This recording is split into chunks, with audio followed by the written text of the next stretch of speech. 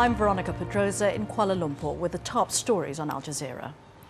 Disturbing reports from North Korea suggest that the authorities are using humans to test and develop a biological and chemical weapons program. One North Korean defector told Al Jazeera that in one case, adults and children were locked into a glass chamber and gassed to death. Ousted Honduran President Manuel Zelaya is on his way back home, despite warnings that he'll be arrested if he returns. Zelaya is currently in Nicaragua, heading towards the Honduran border. He says he's confident he will be able to pass through, even though troops have been deployed to the border crossing. Iraq's Prime Minister has said some US troops may remain in his country beyond the current date set for their withdrawal. On a visit to Washington, Maliki said if Iraqi forces required additional training, then the 2011 deadline could be reconsidered. The US still says it will pull out all of its forces from the country by 2011.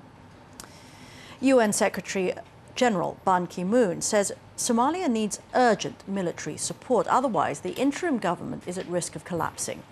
He urged the international community to commit more troops as fighting in the capital Mogadishu worsens.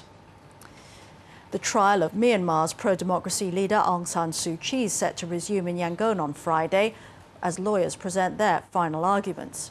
Suu Kyi's lawyers were finally granted access to her on Thursday so that they could prepare their closing statements. Suu Kyi is accused of violating the terms of her house arrest. She faces up to 5 years in prison if found guilty. Authorities in the Chinese city of Shanghai are now encouraging parents to have more children for the first time in decades.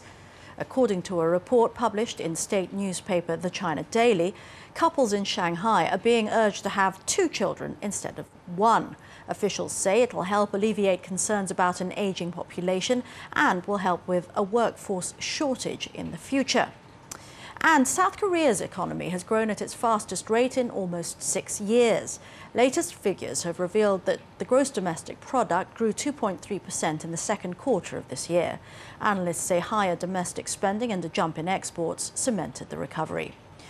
For the latest updates, you can always log on to our website. The address is aljazeera.net/English.